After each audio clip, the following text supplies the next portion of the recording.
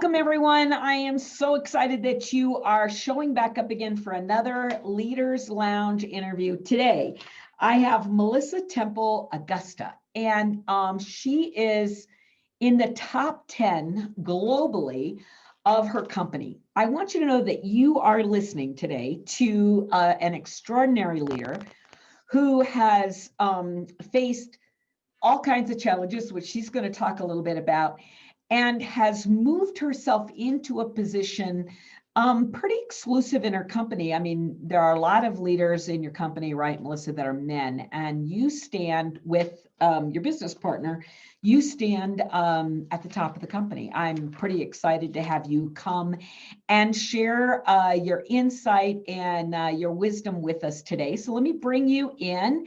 If you can, there you go, unmute yourself. Good morning, how are you? I'm great. How are you? Thanks for having me. I'm so glad you are here. So we were talking before we got started. I love your story. Would you just share kind of like, the quick down and dirty version of how did you come into this industry and what challenges have you faced as you've moved into this industry? Okay, where to start? Well, I spent over 25 years in corporate America. I was an executive at L'Oreal International. So I got to work with 5 different brands at L'Oreal all across the country and developing training programs for them, et cetera. Well, a lot changed in the ending point of my career. I got laid off twice. I became a mother. I had a very serious car accident that kind of shook up my entire world and made me rethink what I'm doing here on this planet, for lack of a better way of expressing it. So when an opportunity came to me to actually do my own thing on my own terms, I finally had a chance to say, you know what? This might be the time. Timing is everything, as they say. So I needed to feel better because I had suffered a lot of injuries. And once I felt better, I knew that I could help other people and I could do it through this model. And it's been amazing. I think a lot of the obstacles were just changing my mindset from I am working for someone, I am in a corporate structure, I get a paycheck, to I'm in charge of my own destiny. And how do I do that? And how do I keep going? That was the biggest thing that I had to overcome in the beginning. Yeah, I love that you just jumped right into this because I think this is brilliant. There are so many people, we are trained, we are programmed, right, to create a responsible employee mentality, right? You show up, you put in your time, you bring your best, but the truth is, it is completely different to move from an employee mindset to a being your own boss mindset. What do you think is the biggest change that you can identify?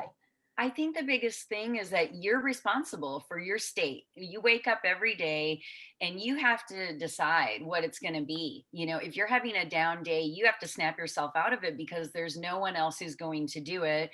And you're going to only be successful if you can do that for yourself and then pass that positive energy on to your team. I just had to think that, I don't report to anyone but myself. It's me. This is my thing. And it became a huge realization for me. I almost wish I would have had that realization when I was there in my other role. I was a vice president of international education and I had a team and I was doing all of this stuff, but I still was an employee at the end of the day. Wow. Wow. I love that. And what it reminds me of, we did a survey at the beginning actually of the year. We interviewed 500 leaders from 26 different companies. And we said, what's the biggest challenge? And they said mindset. 97% said it's mindset, either for them or for their people. And then we asked this important question. We said, okay, but specifically, what is the challenge? And so they started talking to us about all the challenges. So 34% said fear, some kind of fear of rejection, fear of loss, fear of success, fear of failure. 33% said it has to do with doubt. Like I've got this negative chatter in my head that whether I can do it. And this is where I'm leading. This next percentage, 22% said it's my self-esteem. It's my own sense of value and worthiness. And one of the things that I've noticed as I coach leaders in this industry is that it doesn't seem to matter how high someone was before in another company or how much success they've had here, that universally, in fact, some researchers tell us it's in the high 80s, like 87% of women report they don't feel like they are enough, right? That they have significant insecurities. And what I discovered was this, is I could be working with top level people who were very successful in their job. They're with the identity of an employee. And then they come over here and all of a sudden their worthiness comes up, right? Do I deserve a big paycheck? Do I deserve to be wildly successful? Can I really do it? And what will people say? And what will I lose?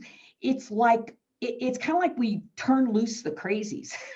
So true. Right? It's so true. I guess I did have that fear in the beginning too. How am I going to make it? It took me so long to be what I was there.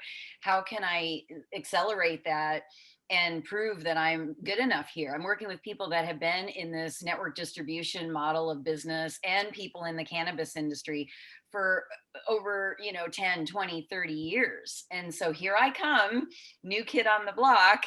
And first of all, I just became a student, which was very time consuming, and it was a little slow way to go about it. I probably would jump right in a little bit quicker in terms of just putting myself out there to people and letting them know what I'm doing. But it was the fear of their judgment. Oh, you're in the cannabis industry, or, oh, you're doing this. What's that all about? And this was 5 years ago. Yeah. People were not as open-minded. So there was that fear of perception. I'm the mom in the neighborhood taking my kids to school. And what am I doing? Pushing cannabis. Right. What am I? I'm your neighborhood hemp product person, fill in the blank. So I had to get over that. I had to stop caring what people thought. I had to really rest on my laurels and my feeling inside that this was important work that had to be done. Now, 5 years later, I'm so happy I eventually got there, because it is something everybody needs. It is important. It is important work. And that industry needs people from all these other industries to make it reputable and make it a professional place. Right. Yeah. So how did you make the transition from, I don't know if I can, and, what am I doing and what will people think? How did you make it from there over to that everybody in the world really does need to know about what this can provide for them? So how did you close that gap? I think through other people really jumping on board with me and being that affirmation together. I had to have a tribe, even though small in the beginning, like the things were starting to resonate, and that's a big word for me, is resonate. If you resonate, if you get your story out there, and if people are actually responding and caring, there's a need. And I started really just focusing on those people that were ready, that were willing to run with me and to start helping people no matter what. And it did take some time, but I found some people to kind of lock arms with, and just go together through this, like my partner, Valerie, and other people that I bonded together in this industry. And it was women, and, especially women supporting each other and lifting each other up and not preconceiving or prejudging. So I think that was the main thing, is finding the right people to align with and not focusing on the ones that didn't want to do it. Right. Well, such an incredible lesson that is, because I think, the myth of our industry is that everybody needs this, everybody wants it, everybody, so it's kind of like a shotgun, talk to anybody breathing with a credit card. And what I hear you saying is, you knew specifically you had to find people who were in alignment, who were resonating, who were looking, I call them ready, willing, and ables, right? So in other words, you found that tribe by looking for the specific people.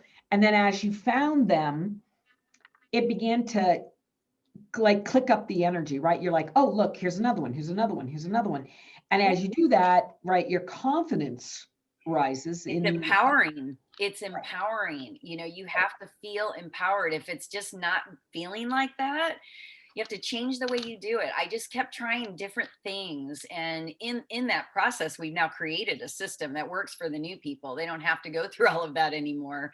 But Right. in that way, was this empowering energy? Was this the behavior or an income producing activity? It was actually empowering someone or Right. resonating with someone. Yeah, very much. Again, what I love about what you're saying, and what it does demonstrate is great wisdom, which is that you try something, and if it doesn't work, you're questioning the strategy and tweaking it instead of questioning your innate ability. Yeah. And that's what women do too often, is we are taught to doubt ourselves. So if it doesn't work, we doubt ourselves and say, oh, it must be me, I can't do this. Instead of saying, that didn't work. Let me see if I can tweak it, adjust it, do something to it to get a better result. Absolutely. That's brilliant that you kind of came to that with ease and flow. I mean, that's exciting. What was the biggest lesson you learned?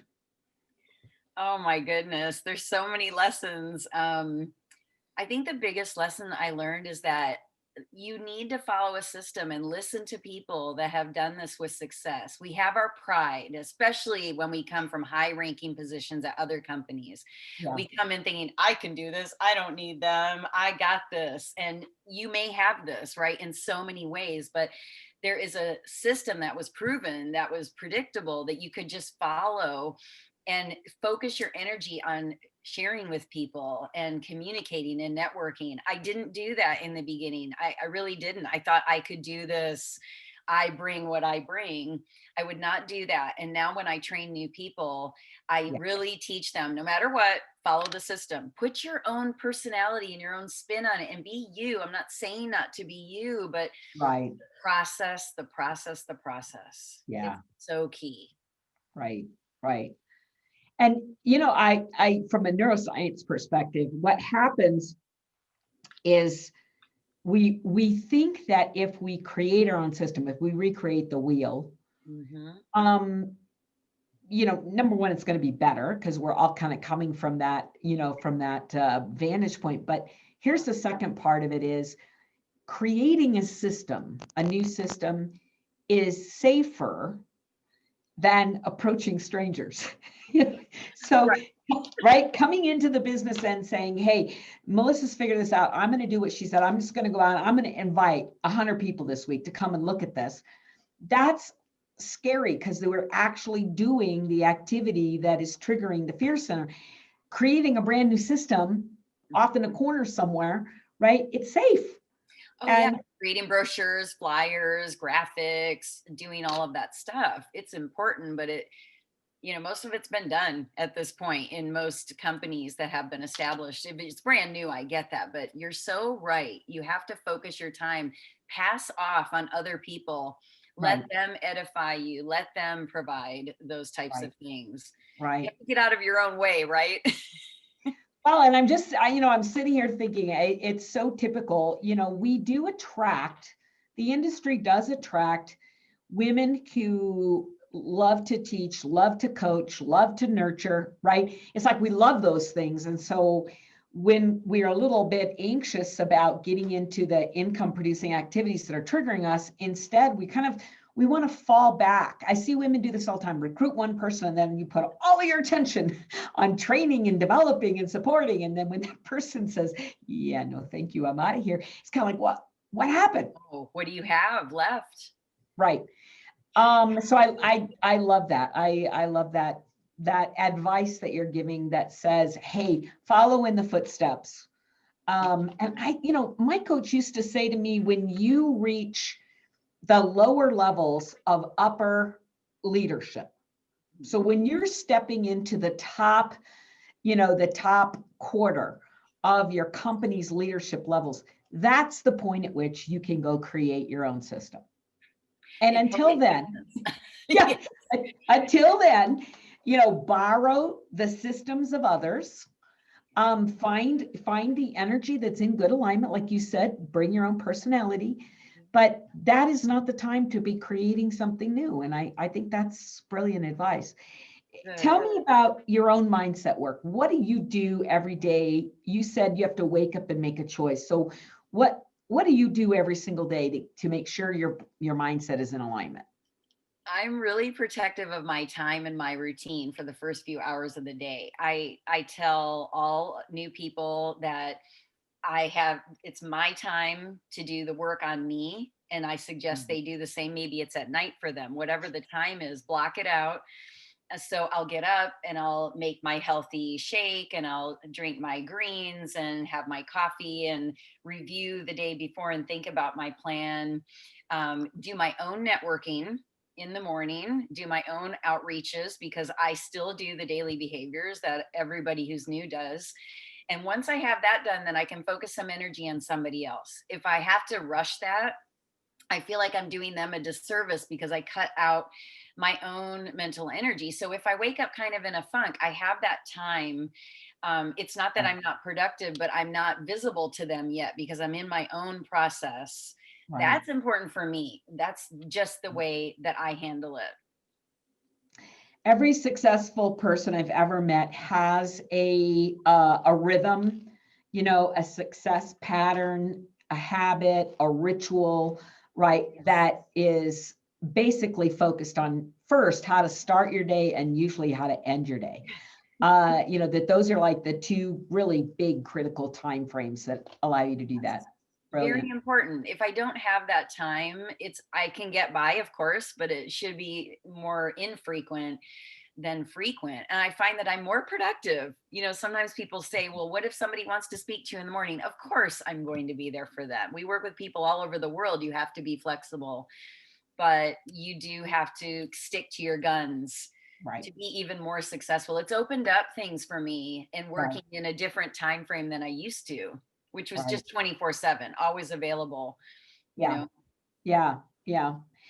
So talk to me about your ideal builder, the person that you are looking to build, to find that does resonate with you in the business. So, every company might have small tweaks, but what do you think are the characteristics of someone that you're looking for that could develop easily into a top level leader? Somebody who is motivated, has a self-motivational system. They have this need, this urge, this inner drive to be better, to change their circumstances, to help the world, however that translates for them. They just have this innate inner drive, whether they had it before or not. Something has shifted perhaps, and they now have it. Either way. Right. And the other thing is to be open to the systems and the ways that other people have been found success, I guess is the better way to say that. So I think those two things are very crucial. Right. Inner drive and open-mindedness to the process and to being a part of it. That's great. Huge. Well, our time is up, but I want to ask one last thing. If you were going to pick a single word that was your mantra, it was your focus, your intention, the theme of your life at this point in time, what would it be? It's kind of two words, but it just came into my head. It's be notorious. Don't always follow the status quo, make a difference, be different, shake it up. That's part of resonates the number one, but be notorious, that people remember you, that you make change and shift. That's huge for me. That's brilliant. That's brilliant. Thank you so much for being here, for sharing your insight and your wisdom. You're welcome. I look so forward to having you at the event and having you share. Yeah, good. Excellent. Thank you. All right, everybody. So make sure that you check in and continue to listen. Remember, you have access for 30 days. So remember that you want to keep gleaning from these conversations, the insight, the wisdom, the ideas, the focus, the intention. Got to suck it all in and make sure that you are bringing home, right, to your business, the greatest assets that you can. Great. All right. Thanks, everybody. And bye-bye.